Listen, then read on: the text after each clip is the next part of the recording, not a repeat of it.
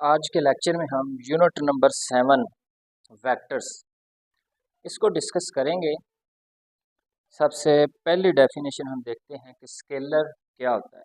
आप स्केलर बोलें या स्केलर क्वांटिटी बोलें, बात एक ही है। स्केलर एक ऐसी क्वांटिटी होती है जिसकी सिर्फ मैग्नीट्यूड एग्जिस्ट करती है और डायरेक्शन एग्जिस्ट नहीं करती। इसकी डेफिनेशन यूँ लिखी जाएगी, a quantity which has only magnitude but no direction is called scalar. या दूसरे अंदाज से डेफिनेशन मैंने लिखी है, a scalar quantity is completely specified by a single value. ये जो स्केलर है ये हमेशा सिंगल वैल्यू होगी, चाहे 1 लिखा हो, 2 लिखा हो, 5 लिखा हो, 7 लिखा हो, यानी ये सिंगल वैल्यू होगी with an appropriate unit and has no direction। Scalar एक ऐसी क्वांटिटी होती है जिसकी सिर्फ मैग्नीट्यूड एग्जिस्ट करती है और डायरेक्शन एग्जिस्ट नहीं करती। फॉर एग्जांपल्स, यहाँ पे कुछ एग्जांपल्स मैंने कोट की हैं स्केलर की। पहले नंबर पे मैंने लिखा है वॉल्यूम, नंबर 2 पे है मास, फिर है स्पीड है, टाइम है, टाइम इंटरवल्स है, टेम्परेचर है, एनर्जी है, डिस्टेंस है। ये जितनी भी मैंने एग्जांपल्स लिखी हैं इन सब की मैग्नीट्यूड एग्जिस्ट करती है लेकिन इनकी कोई डायरेक्शन नहीं है।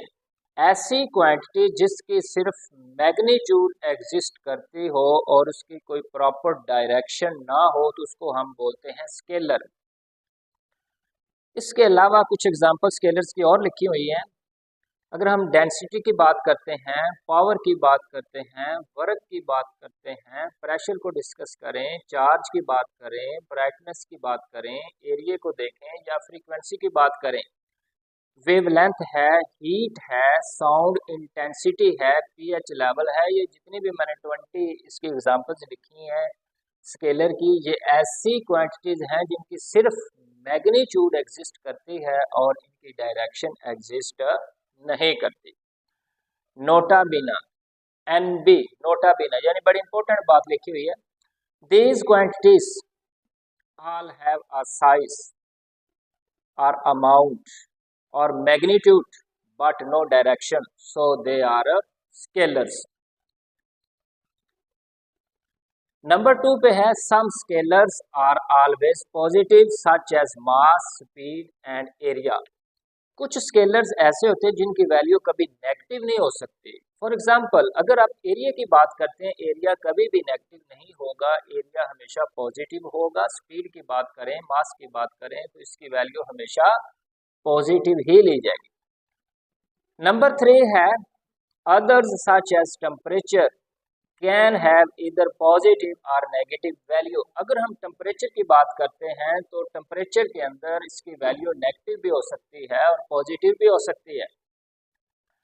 नंबर 4 पे है, to specify a scalar two things are needed. Number 1 है, a unit in terms of which it is measured. Number 2 पे है, आ रियल नंबर, यहाँ पे जो रियल नंबर है वो पॉजिटिव भी हो सकता है, नेगेटिव भी हो सकता है या जीरो भी हो सकता है। ये जो पहली डेफिनेशन अभी तक हमने डिस्कस की है स्केलर की, इसको मैं फिर रिवाइज करता हूँ कि स्केलर एक ऐसी क्वांटिटी होती है जिसकी सिर्फ मैग्नीट्यूड एग्जिस्ट करती है और डायरेक्शन एग्जिस्ट नहीं करती। ये 20 की मैंने एग्जांपल्स कोड की हैं, इन सब की मैग्नीट्यूड तो एग्जिस्ट करती है लेकिन इनकी डायरेक्शन एग्जिस्ट नहीं करती। नंबर 2 पे है वेक्टर। वेक्टर बोलें या वेक्टर क्वांटिटी बोलें, बात एक ही है। वेक्टर एक ऐसी क्वांटिटी होती है जिसकी मैग्नीट्यूड भी एग्जिस्ट करती है और डायरेक्शन भी एग्जिस्ट करती है। यहाँ पे बड़ी इंपॉर्टेंट बात है कि वेक्टर की जो डायरेक्शन होती है वो सिंगल डायरेक्शन होती है, ओनली वन डायरेक्शन में वेक्टर होता है। अगर हम मल्टीपल डायरेक्शंस की बात करेंगे तो फिर हम उसको वेक्टर नहीं बोल सकते, फिर हम टेंसर की दुनिया में चले जाएंगे। अगर कोई ऐसी क्वांटिटी हमारे पास मौजूद है जिसकी सिर्फ इसकी मैग्नीट्यूड एग्जिस्ट करती है और उसकी जो डायरेक्शन है वो सिंगल है, ओनली वन डायरेक्शन है, तो वेक्टर है। अगर उसकी मल्टीपल डायरेक्शन है तो फिर वो वेक्टर नहीं है, फिर वही वेक्टर किस में बदल जाएगा, टेंसर में। वेक्टर को डिफाइन किया जाता है, quantity which has magnitude as well as direction is called vector. या दूसरे अंदाज से मैंने डेफिनेशन लिखी है, a vector quantity is completely specified by a number with an appropriate unit। इसका मतलब है the magnitude of the vector plus a direction. ये एक ऐसी क्वांटिटी होती है जिसमें मैग्नीट्यूड भी होती है और only one single direction exist करती है। अगर हम वेक्टर की बात करते हैं तो इसमें हम सिर्फ सिंगल डायरेक्शन की बात करेंगे, मल्टीपल डायरेक्शन की बात नहीं कर सकते। अगर हम मल्टीपल डायरेक्शन को डिस्कस कर रहे हैं तो इसका मतलब है हम वेक्टर की दुनिया में नहीं है, हम टेंसर को डिस्कस कर रहे हैं। फॉर एग्जांपल्स, पहले नंबर पे मैंने एग्जांपल लिखी है डिस्प्लेसमेंट, नंबर 2 पे है फोर्स, नंबर 3 पे है एक्सीलरेशन, नंबर 4 पे है पोजीशन, नंबर 5 में है मोमेंटम है, इलेक्ट्रिक फील्ड है, मैग्नेटिक फील्ड है, विंड है, ओशन करंट है, वेट है, थ्रस्ट है, लिफ्ट है, ग्रेविटेशनल फील्ड है, इलेक्ट्रोमैग्नेटिक वेव प्रोपेगेशन है। ये जितनी भी मैंने एग्जांपल्स लिखी हैं इनकी मैग्नीट्यूड भी एग्जिस्ट करती है और इनकी डायरेक्शन भी एग्जिस्ट करती है और इनकी सब की जो डायरेक्शन है वो सिंगल डायरेक्शन है। अगर इनकी मल्टीपल डायरेक्शन होती तो फिर ये वेक्टर ना होते, ये फिर टेंसर की दुनिया में चले जाते। इसके बाद एग्जांपल नंबर मैंने 15 लिखी है, टॉर्क की बात करते हैं, ड्रैग की बात करें, रेडिएशन प्रेशर की बात करें, मैग्नेटाइजेशन वेक्टर की बात करें, या हम डाइपोल मूवमेंट की बात करते हैं, साउंड वेव प्रोपेगेशन की बात करें, या हम स्ट्रेस वेक्टर की बात करें, नॉर्मल फोर्स की बात करें, शेयर फोर्स की बात करें, सोलर विंड को डिस्कस करें, या इलेक्ट्रिक करंट डेंसिटी को डिस्कस करें। ये सारी की सारी एग्जांपल्स लिखी हुई हैं वेक्टर की। इन सब की मैग्नीट्यूड भी एग्जिस्ट करती है और डायरेक्शन भी एग्जिस्ट करती है। इन सब की जो डायरेक्शन है ओनली वन डायरेक्शन है, मल्टीपल डायरेक्शन नहीं है। अगर इनकी डायरेक्शन मल्टीपल होती तो फिर ये वेक्टर ना होते, ये फिर किस में बदल जाते, टेंसर में बदल जाते। नोटा बीना, बड़े इंपॉर्टेंट पॉइंट्स लिखे हुए नंबर 1 पे है, each of these vectors has a magnitude and a direction making them useful for describing quantities in physics, engineering and environmental science। Number 2 पे है, to specify a vector 3 things are needed। Number 1, a unit in terms of which it is measured। Number 2 पे है, a real number which is positive, negative और 0। तीसरे number पे है particular direction। Vector की definition हमने लिखी है। वेक्टर की डेफिनेशन के अंदर दो चीज़ें हमने डिस्कस की हैं कि वेक्टर की मैग्नीट्यूड भी एग्जिस्ट करती है और इसकी सिंगल डायरेक्शन होती है, मल्टीपल डायरेक्शन नहीं होती। इसके बाद हम डिस्कस करते हैं वेक्टर नोटेशंस। वेक्टर को हम डिनोट किस किस तरीके से कर सकते हैं, इसको हम जाहिर किस तरह कर सकते हैं। नंबर 1 पे है bold letters. Write the vector in bold, like मैंने V लिखा है, बोल्ड करके लिखा है।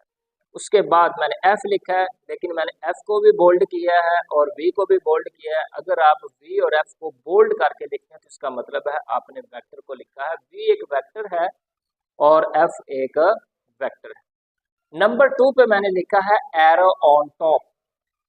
Draw an arrow over the letter, like V लिखा है, मैंने बोल्ड नहीं किया, V के ऊपर मैंने एरो डाला। फिर मैंने F लिखा है, F को मैंने बोल्ड नहीं किया लेकिन F के ऊपर मैंने एरो को डाला। इसका मतलब है ये भी वेक्टर नोटेशन है, ये भी वेक्टर नोटेशन है। नंबर 3 पे है component form. Write the vector as parts along each axis, like V sub X, V sub Y, V sub Z। यानी कि मैंने 3D की बात की है, along X axis, along Y axis, along Z axis. V मैंने एक ऐसा वेक्टर लिखा है जिसके अंदर मैंने X एक्सिस के कंपोनेंट भी लिखे हैं, Y एक्सिस के कंपोनेंट भी लिखे हैं और Z एक्सिस के कंपोनेंट भी लिखे। नंबर 4 पे है यूनिट वेक्टर्स। क्योंकि वेक्टर नोटेशन की बात कर रहे हैं, सबसे पहले नंबर पे हमने कहा वेक्टर को अगर आपने डिनोट करना है तो बोल्ड लेटर्स में लिखें। नंबर 2 पे आपने डिस्कस किया है कि अगर आप वेक्टर को डिनोट करना चाहते हैं तो एरो ऑन टॉप आप एरो को लिखें, उसके ऊपर यू है, वी है, जो भी वेक्टर का नाम रखा आपने। नंबर 3 पे है कंपोनेंट फॉर्म। नंबर 4 पे है unit vectors. Use I unit vector, J unit vector and के यूनिट वेक्टर। आई के ऊपर ये जो सिंबल आपको नजर आ रहा है, इसको हम बोलते हैं कैप या कैरेट, या हम इसको बोलते हैं hat. I cap, J cap, K cap, I caret, J caret, K caret, I hat, J hat, या हम इसको बोलेंगे K hat. For X, Y and z directions like, मैंने वेक्टर v लिखा है, v sub x i unit vector plus v sub y j unit vector plus v sub z k unit vector. पांचवी और इसकी आखिरी notation है angle brackets. Vector को denote करने की आखिरी जो हम नोटेशन यूज कर रहे हैं, angle brackets. Write in angle brackets like, vector v लिखा है, एंगल ब्रैकेट में मैंने लिखा है v sub x, v sub y, v sub z। Vector notation जो भी हमने डिस्कस की हैं वो है टोटल 5। सबसे पहले नंबर पे हमने डिस्कस किया है कि अगर हम वेक्टर को डिनोट करना चाहते हैं, वेक्टर को जाहिर करना चाहते हैं, तो बोल्ड लेटर से करें, या एरो ऑन टॉप करें, या कंपोनेंट फॉर्म में लिखें, या यूनिट वेक्टर्स की फॉर्म में लिखें, या एंगल ब्रैकेट्स की फॉर्म में लिखें। यहाँ पे एक बड़ा इंपॉर्टेंट नोट लिखा हुआ है कि a vector is a special case of tensor. Vector जो है ये एक स्पेशल केस है टेंसर का। इसकी वजह क्या है? मैंने आपको पहले ही बताया था कि वेक्टर के अंदर जो डायरेक्शन होती है वो होती है ओनली वन। अगर डायरेक्शन वन है, मैग्नीट्यूड के साथ उसकी डायरेक्शन वन है, तो वो वेक्टर है। अगर मल्टीपल डायरेक्शंस की हम बात करते हैं, 2, 3, 4, अगर हम एक से ज्यादा डायरेक्शंस की बात करते हैं तो फिर वो वेक्टर नहीं है, फिर वो किस में बदल जाएगा? वो टेंसर में बदल जाएगा। इसलिए लिखा हुआ है कि a vector is a special case of tensor. Tensor के अंदर हम मल्टीपल डायरेक्शंस की बात करते हैं और वेक्टर में हम ओनली वन डायरेक्शन की बात करते हैं। नंबर 2 पे मैंने डेफिनेशन लिखी है tensor. A tensor is a more advanced version that can handle multiple directions and can be used to describe more complicated things like stress or how objects bend।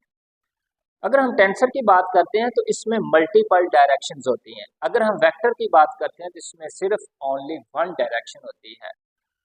अब इसका लुब्बे लुबाब, इसकी समरी, इसका खुलासा यही बनता है। सबसे पहले आपने स्केलर को डिस्कस किया। स्केलर के अंदर सिर्फ मैग्नीट्यूड एग्जिस्ट करती है, डायरेक्शन एग्जिस्ट नहीं करती। नंबर 2 पे आपने डेफिनेशन पढ़ी है वेक्टर की। वेक्टर में मैग्नीट्यूड भी एग्जिस्ट करती है और डायरेक्शन भी एग्जिस्ट करती है, और जो डायरेक्शन है ओनली वन डायरेक्शन है, मल्टीपल डायरेक्शन की बात नहीं की। अगर हम मल्टीपल डायरेक्शन की बात करते हैं तो इसका मतलब है हम टेंसर को डिस्कस कर रहे हैं। नोटा बीना, अगर हम बात करें इनके रैंक की, रैंक ऑफ स्केलर, स्केलर का रैंक 1 होगा if scalar is non zero. अगर कोई भी स्केलर लिखा है 1 है, 2 है, 3 है, 4 है, 5 है, कोई भी स्केलर लिखा हुआ है, अगर वो नॉन जीरो है तो उसका रैंक होगा 1। अगर वही स्केलर 0 लिखा है तो स्केलर जो 0 है इसका रैंक होगा 0। नंबर 2 पे लिखा है रैंक ऑफ वेक्टर। अगर हम वेक्टर के रैंक की बात करते हैं, अगर हमारा वेक्टर नॉन जीरो है तो फिर वेक्टर का रैंक होगा 1, और अगर वेक्टर 0 है तो फिर उस वेक्टर का जो रैंक है वो होगा 0।